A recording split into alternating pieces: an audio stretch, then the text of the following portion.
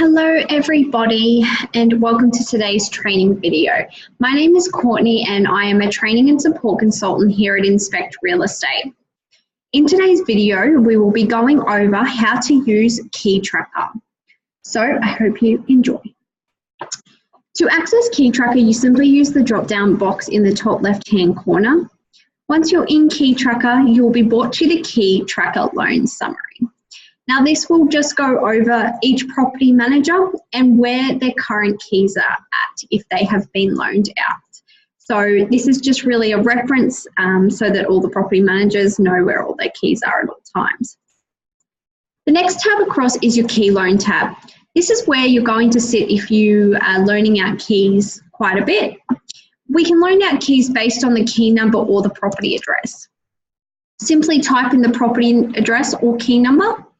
It will advise you if there's any alternate keys for that property, if the key is currently in the office, who the property manager is, if there's any description, instructions or security notes for that property. You're going to select what date it should be returned. Now, if you have an indefinite loan, you're simply going to leave this blank.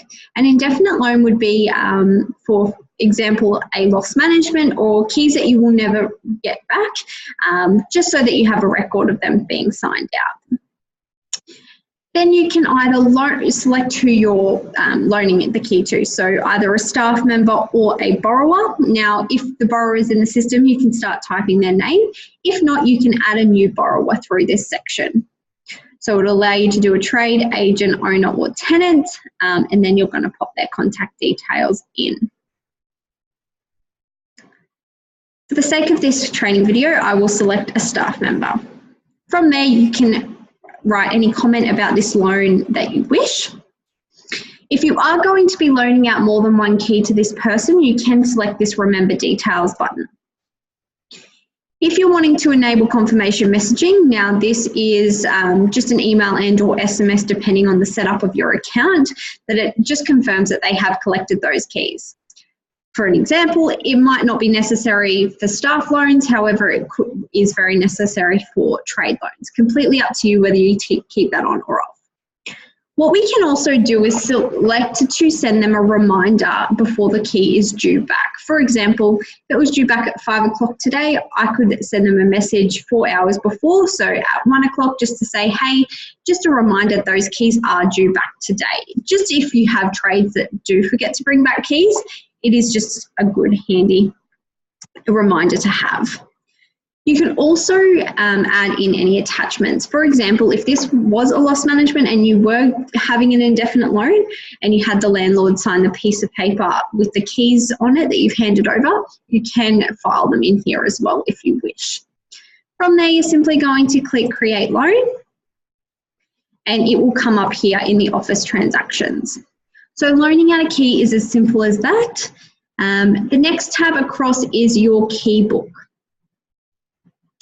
So the key book is exactly what it sounds. It replicates, obviously, if you ever had manual books in your office, it would just replicate that. So it just goes over your current loans. So we only have one current loan at the moment, which is the one I have just put in. From this screen, you can extend keys loans. So if, for example, this person called me and said that they won't have the keys back till tomorrow, I could come in here and extend them. You can also return the keys from this section as well.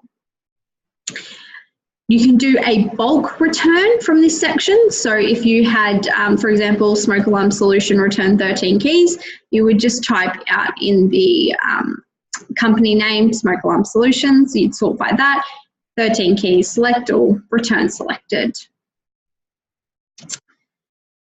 From here, we'll go down into your key checkout wizard. So your key checkout wizard would be used if you had, for example, Smoke Alarm Solutions, or you were just doing a routine inspection run. So for example, if Courtney was doing a routine run today, we could sign out multiple keys at once. So the return date, which would be today at 5 o'clock, enable confirmation messaging. For these types of loans, routine loans, again, they're team members, so it may not be necessary to send the confirmation messaging. However, you do have it there if you wish. The next one is assigning the properties that you're going to view. For example, if I was going to go to Smith Street, I would view all the units in Smith Street, add to list. You can filter down by suburb, key numbers, property managers, etc., just to make it a little bit easier to find all of the properties and add them to the list. From there, we're simply going to click Next.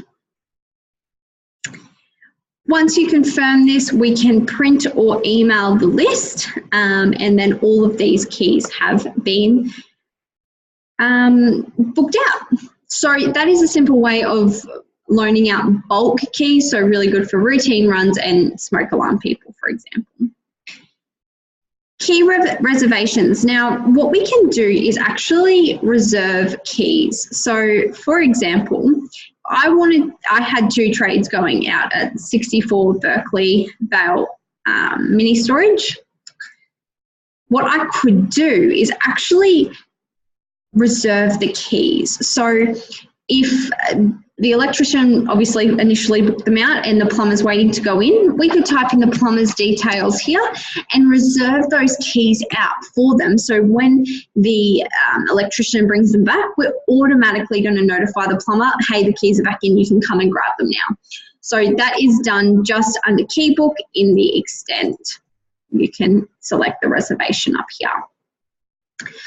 So the next one across is your key list. Now, this is exactly what it sounds like. It is just a list of all of your keys that you have in the office. From this page, you can add new keys. You can edit key numbers, reserve key numbers, delete key numbers, or print a barcode, and you can actually see the history as well. So in the history, you can see history for the key specifically, as well as history for the property. So that's always a good one. If you ever lose a key, you can go back and just make sure that, you know, who was the last person to have them, etc. Then we have a virtual key cabinet. Now, we haven't got a key cabinet set up in this as it is a test account. However, what we do and what we can definitely do for anybody or any office is set up a key cabinet for you. So we can set up a visual representation of your exact key cabinet if you show us photos, etc. And it just gives you an easy way to have a look where all of your keys are at. So if you ever wanted to get it set up, please feel free to email us and we can get the key cabinet set up, because I find it's a very easy way to track your keys, as well as knowing what keys are vacant so that you can add new management, etc. Just as an example, I have brought up another account that we have. So this is what a key cabinet looks like. So we don't have many keys in this account either, which is why it doesn't look like there's much in here. But you can see here that green means that we have 1 key there and 1 key available. So if all of yours were green and then you had number 5 and 15 free, it's just an easy way of knowing, okay, well, we just brought on a new management, so let's assign key number 5 to this new management.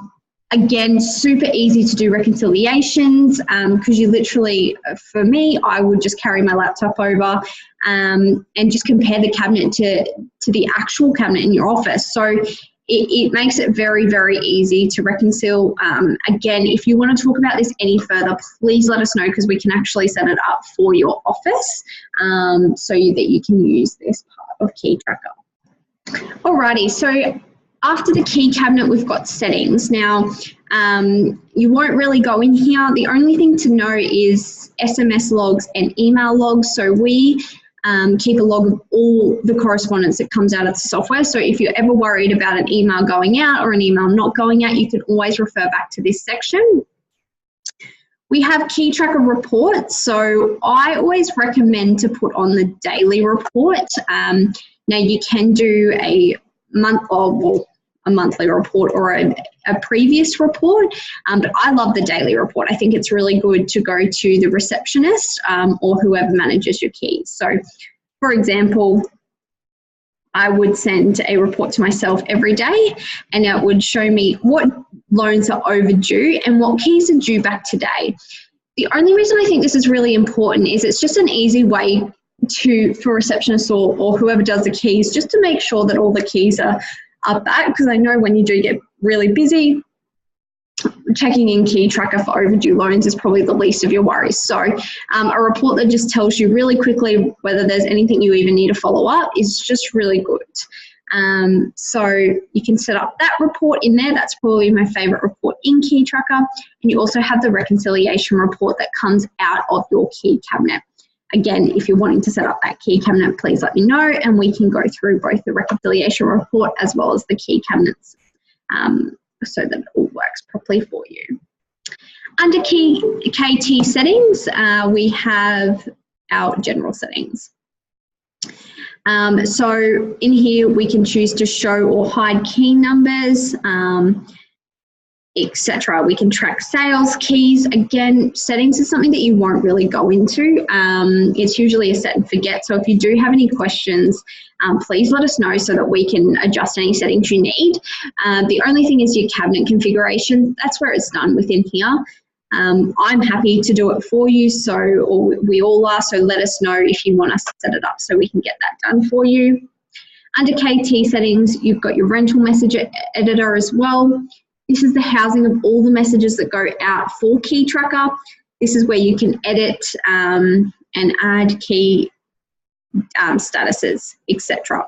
So, or your messages that go out, for example. So again, settings is something you sort of set and forget. So if there is something that you don't quite like or you want to see if you can change it, please just get in contact with us so we can tell you what you shouldn't and shouldn't do, or we can get it changed for you.